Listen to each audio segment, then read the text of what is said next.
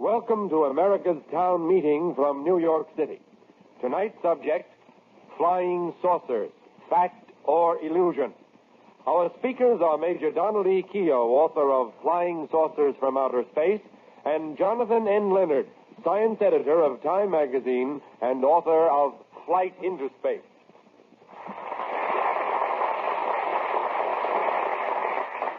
For scores of generations, civilized men have recorded astonishing descriptions of atmospheric phenomena and awesome things hovering in the skies above them. Mysterious floating objects, flashes and fireballs, and luminescent manifestations of every description are recounted in the annals of Western civilization as far back as Roman times. Speculation as to their origin was, of course, largely conditioned upon the degree of scientific knowledge at the disposal of the observer. Generally, however, they were isolated instances, unrelated and devoid of organized study anywhere. Against this historic background, the controversy which has developed in the United States since 1947 over the so-called flying saucer sightings are absolutely without precedent or parallel. An oppressive accumulation of approximately 800 unexplained reports has not only been accorded the widest possible publicity, intriguing the public everywhere and taxing the credulity of many, but has by now enlisted on a national scale the ingenuity of some of our top airmen, scientists, and military experts. Curiously enough, it is said that more than 18% of these sightings were reported by trained military personnel, and some 11% were reported by Air Force pilots aloft. Of all sightings recorded, somewhat less than 15% are reported to be classified as unexplained. To delve into the mystery of these unexplained phenomena, the resources of the United States and other nations have mustered at strategic points scores of special cameras, radar installations, and other detecting devices manned by trained personnel. Meantime, the controversy rages unabated between those who believe that the so-called flying saucers are fact and those who dismiss them as an illusion. Tonight, Town Hall is proud to present two distinguished exponents of each of these viewpoints. Our first guest is Major Donald E. Keogh, author of Flying Saucers from Outer Space. Born in Iowa, Major Keogh attended the United States Naval Academy and was commissioned with the rank of lieutenant in the U.S. Marine Corps. The following year, he finished a training course for naval aviators at Pensacola. From 1925 to 7, he was Chief of Information of the Aeronautics Branch of the Department of Commerce and was assigned as manager of the U.S. tour of the Josephine Ford North Pole plane, which flew around the country with Floyd Bennett and Bert Blanchard. In 1949, Major Keogh was assigned to investigate the flying saucer mystery for True magazine. The Flying Saucers Are Real was his first book on this subject. It was followed by Flying Saucers from Outer Space, published in November of this year. Town Hall is proud to welcome Major Keogh.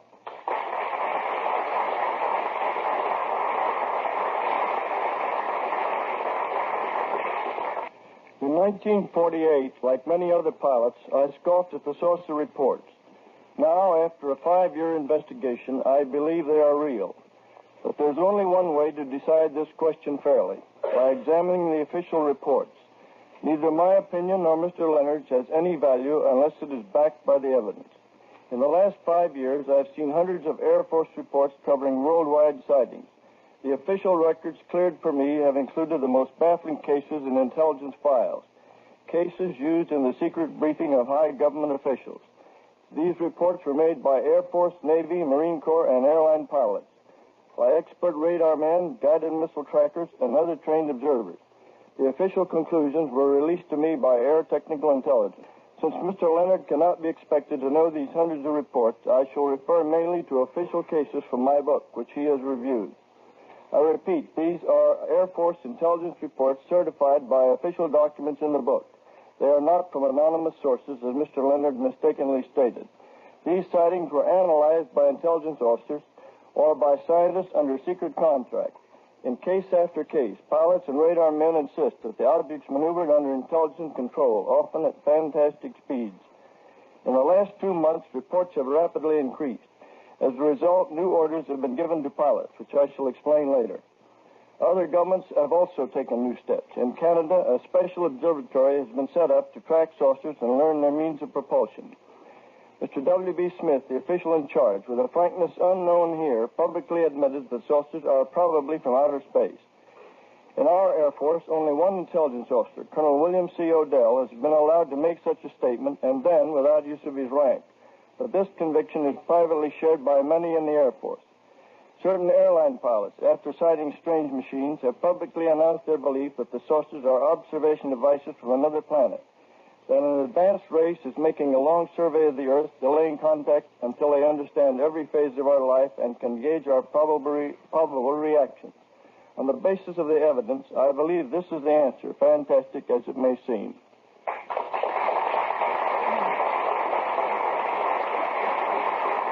Thank you, Major Kehoe. Our next guest is Jonathan Norton Leonard, science editor of Time magazine. Mr. Leonard joined the Weekly News magazine staff as foreign news writer in 1943. He became Time's science editor in 1945. Born in Somerville, Massachusetts, he attended public schools there and entered Harvard University in 1921. Originally with the New York Times, he became a freelance writer, and for the next 10 years turned out innumerable books and articles, including The Enjoyment of Science, Crusaders of Chemistry, and his most recent book, Flight into Space, a philosophical but factual view of the fact and fancies of spaceflight, which was published in October of this year. We are proud to welcome Mr. Jonathan N. Leonard to America's Town Meeting.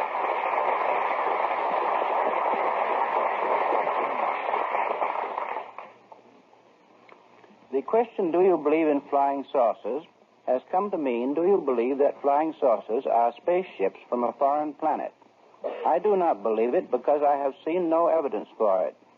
All I have seen is reports of strange sights in the sky. Most of them have been explained in unsensational ways, and most of the rest were so poorly reported that no conclusion is possible. But even if many unexplained saucers had been seen, they would not necessarily be spaceships. To call them spaceships is jumping to an extremely unlikely conclusion. It is explaining a small mystery by pinning it on a big mystery. The ancient Greeks could not explain lightning, so they gave up and called it a weapon of the god Zeus. This was no explanation at all. The flying saucer cultists are doing the same thing. To explain a few puzzling reports, they are dreaming up spaceships, and they give them a godlike ability to violate all known physical laws. The world is full of mysteries, and the way to solve them is to observe them and study them carefully. This is what the Air Force has been doing, and it says that it has no evidence that flying saucers are spaceships. People who say that the Air Force is lying about this, and that it is deliberately concealing a threatened invasion from space, are accusing it of something close to treason. I do not think that they are justified. Spaceships are not impossible theoretically. The human race can build them if it makes the effort, and there may be races in space that have already done so. At least I cannot prove that there are not. But to say that flying saucers are spaceships, just because a few of the reports are hard to explain, is naive and primitive thinking.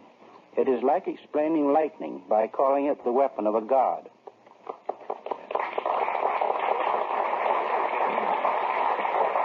Thank you very much, Mr. Leonard. Major Kehoe, before we go into our exchange of views, and I know they're going to be sharp this evening, I was intrigued by a statement which you made in your opening presentation, and I'd like to ask you if you might not wish to elaborate on it.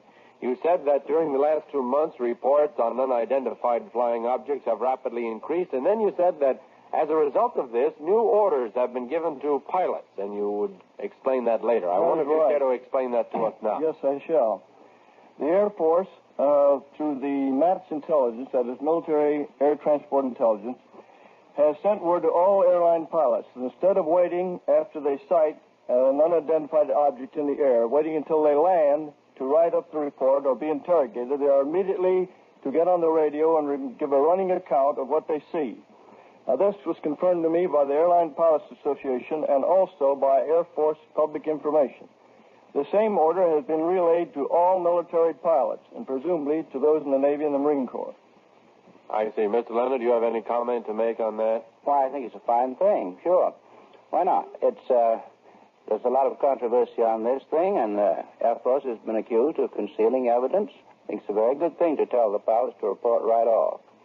But this shows a great deal of concern, which the Air Force at the same time disavows. It says we're not concerned, there's nothing to it, and at the same time they give these orders and tell everybody to get in the information as rapidly as possible. I don't think they're concerned about spaceships. I think they're concerned about the publicity they're getting. They're concerned about the objects. Well, gentlemen, that brings us, I think, to the very first point which the average American would like to have clarified and discussed this evening. What are the observers seeing, in your opinion? Are they seeing something or are they seeing nothing? Is it imagination or is it factual that they are seeing something? Want me to answer that? Please do. Well, I think they're seeing something. I think that a good many of these people are perfectly sincere. There are some jokers and liars, some drunks, no doubt, but I think a good many of them see something. What they see is another question. Do you have your opinion, Mr. Linden, as to what they may be actually seeing? I think they see a great variety of things. I think they see old reflections from the tail fins of aluminum airplanes. You can see them at a much greater distance than you can see an airplane. They see weather balloons. And I think in the case of the more mystifying reports, they see various kinds of optical effects. Now, they aren't optical illusions any more than a rainbow is. A rainbow is an effect, an optical effect. It's very real. It's so. We know how it works. And there are a great many other ways that lights can be apparently displaced and made to move. The common mirage of this water in the road is a very common example. Every auto owner knows. You see the sky apparently in the road. And that's true of a great many other optical effects. Major Kehoe, do you subscribe to that theory? No, I'm afraid I can't. That might be true in many cases of untrained observers, people who be honestly mistaken.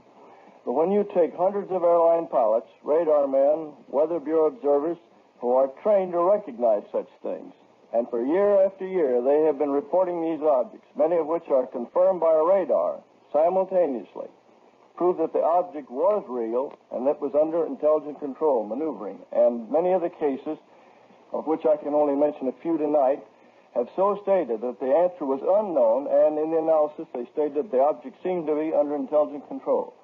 Well, Mr. Leonard, I believe you stated at the outset that you felt that there were only a few puzzling reports. Now, Major, I know that you disagree with that. Do you have any idea, however, as to how many reports are puzzling or are unsolved so far? I don't think there are very many. I think there are many reports which are put down by the Air Force as unidentified. And they may be, and in most cases are, unidentified because the evidence given is extremely sketchy. I heard of one example, for instance, of a man who called up very excitedly and said something like this. He said, I saw something flying by. It looked like a bird, but it was flying a lot faster than any bird ought to fly. What was it?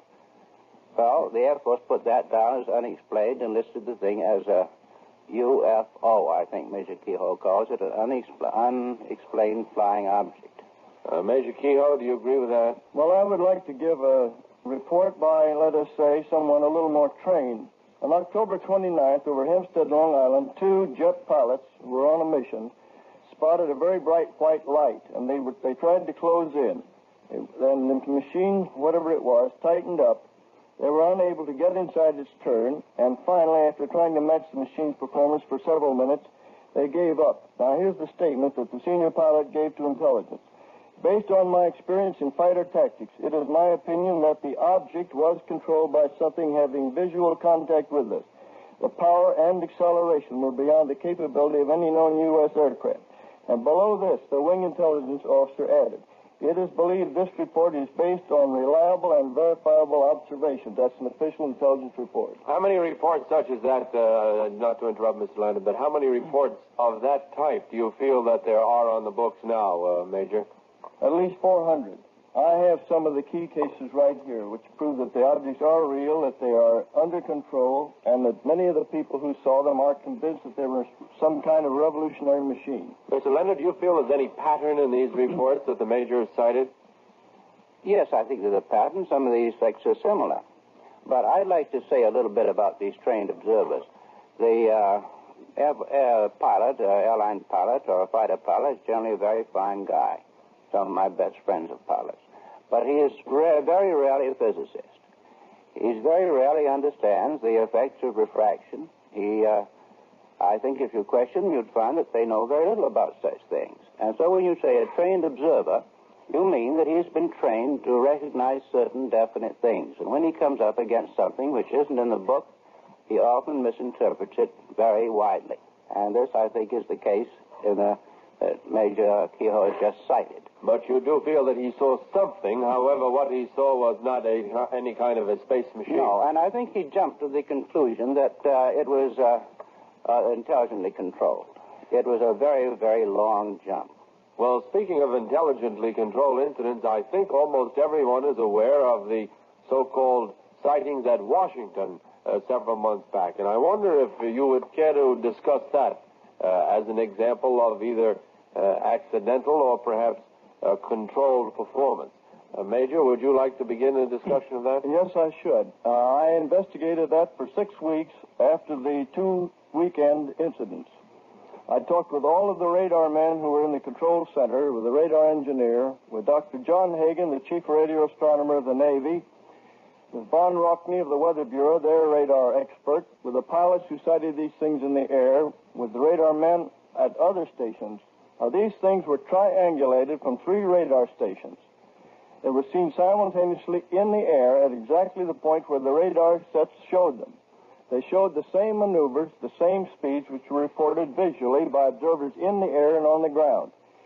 And later on, I was told from Air Force Technical Intelligence Center that this principle applied.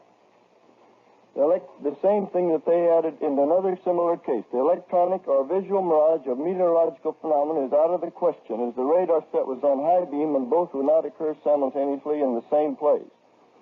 Now, this was ruled out completely, although at the Air Force conference in July, it was suggested that temperature inversion was probably the answer. Later on, I asked the Air Force to designate an official spokesman who would give me what they considered the answer. We went into it. I presented all the evidence and gave him the temperature inversion on that night, which was less than 1.5 degrees.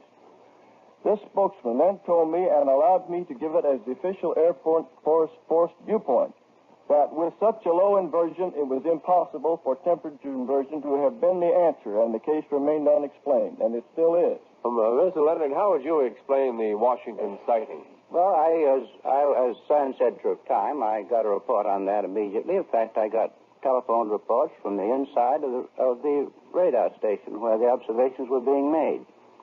And one of our men was there right on the spot.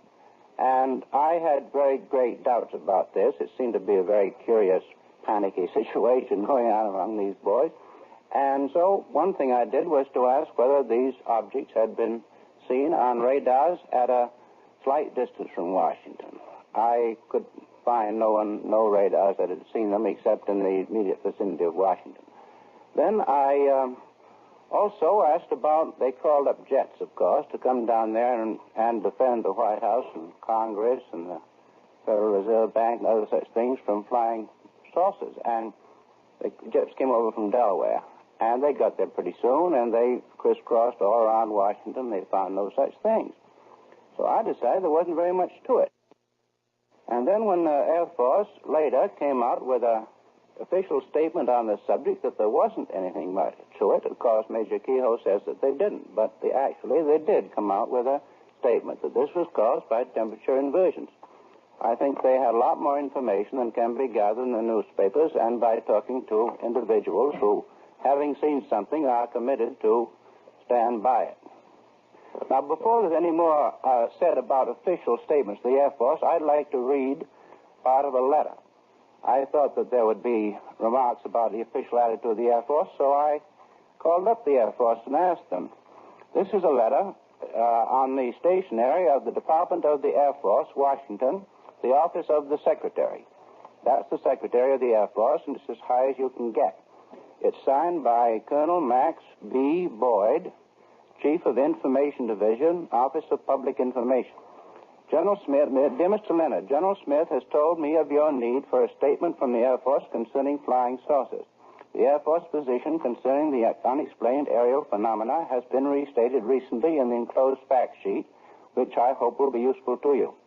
You may be interested also in another recent Air Force statement which said, after reviewing its massive reports and presenting the better documented ones to highly competent scientific advisors, the Air Force has found that there is absolutely no proof in these reports that space travel from another planet is going on.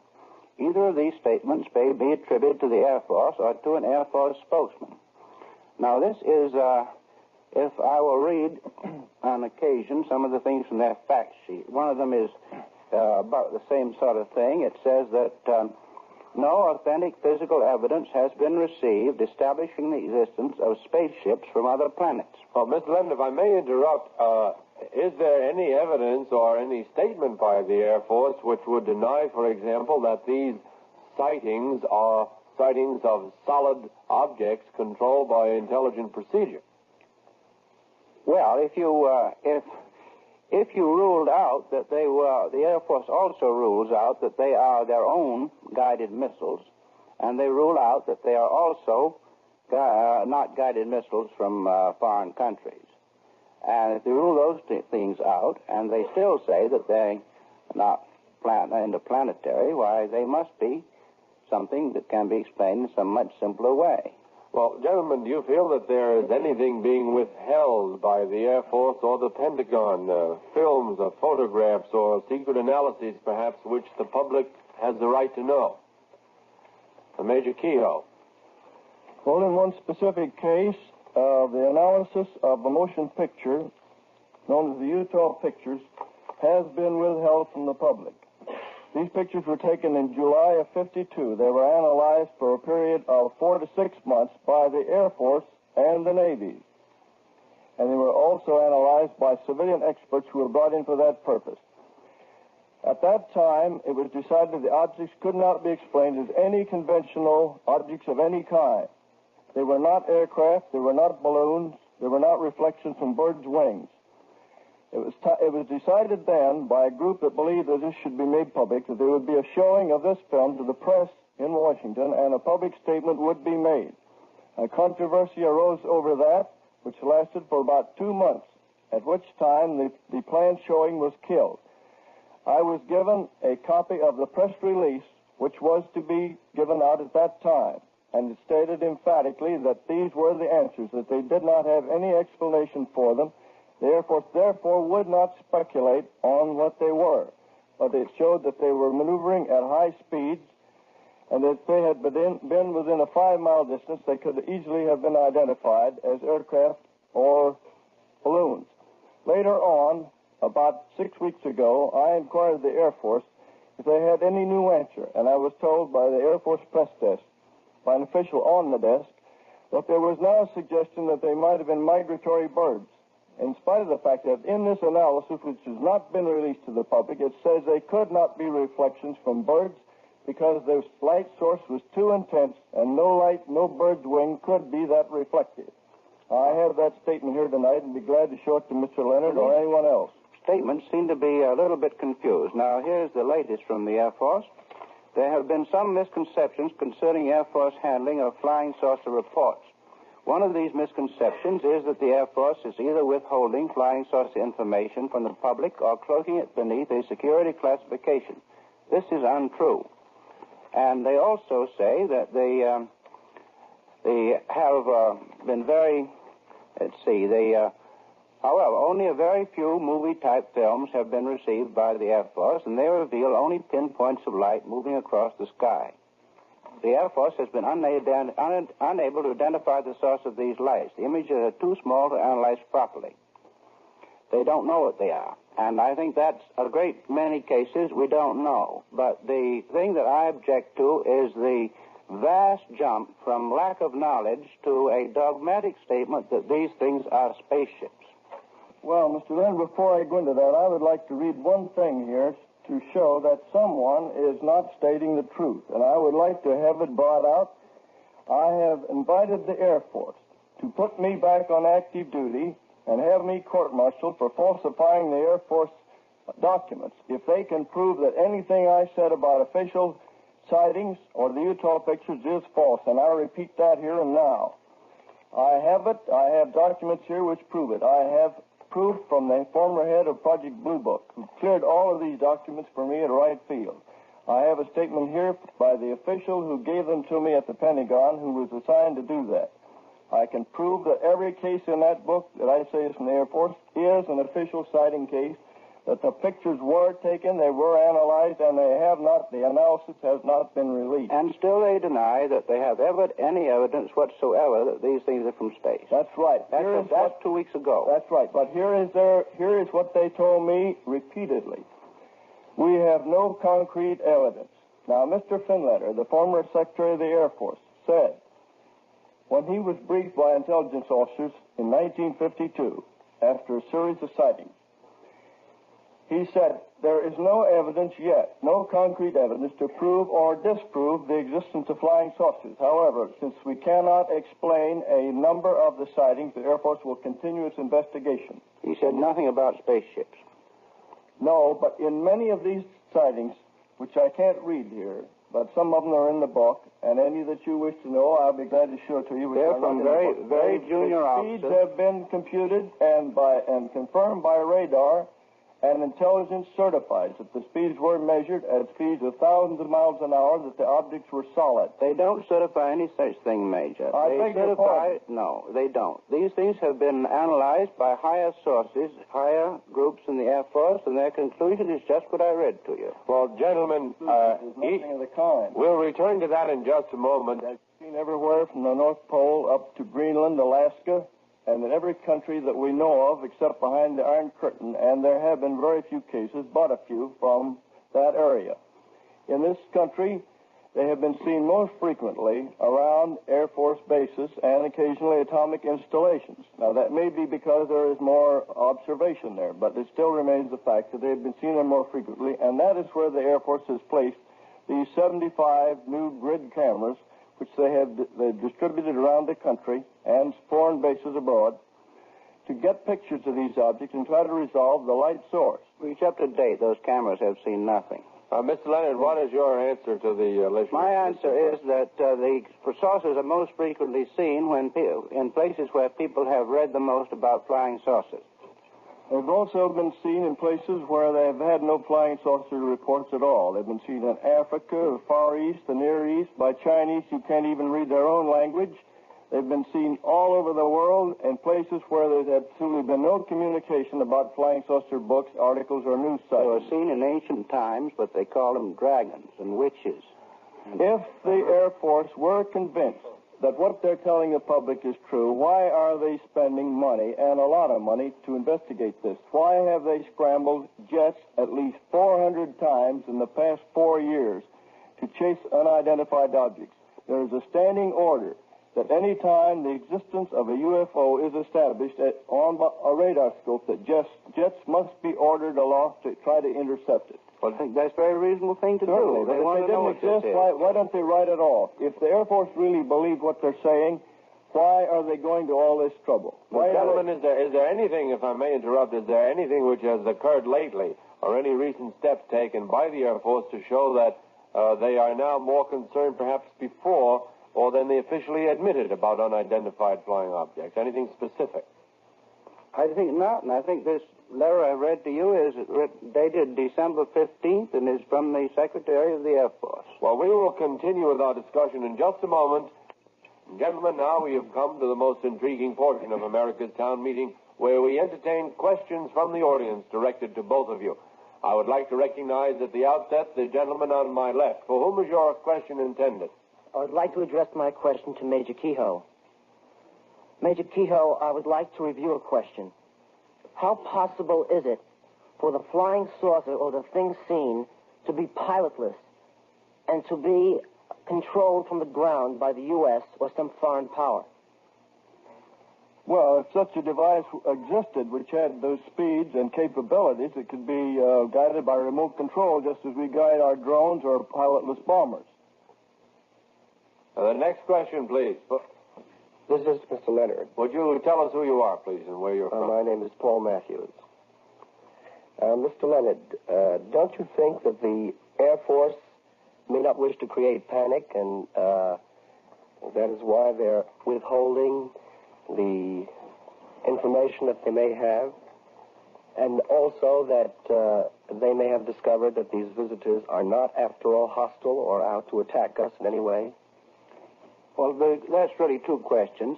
Yeah. I think the first one about they're not wanting to create panic, I think if they're proceeding in that way, they're being very, very remiss in their duty.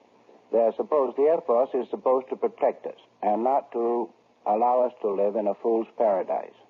And I think that if anyone in the Air Force tried to do that, the higher levels of the government, the President, the Secretary of Defense, would immediately stop them because it would be the worst way to get us in trouble. And this question of having made contacts with them and decide they're not hostile, I think in that case, I think they'd be delighted to tell us all about it. May I have the next question, please? The lady on my right. My question is addressed to Major Kehoe. Would you tell us who you are, please? My name is Eunice Ford, and I'm from Detroit. My question is there a possibility, Major Kehoe, that another planet might be trying to contact the Earth? Well, I think that is the answer. Of course, there's no way of knowing which one it might be. It's possible it might be within our own solar system. Perhaps the Mars Committee, which has now been established to watch Mars as it nears the Earth, may find some evidence during the coming year.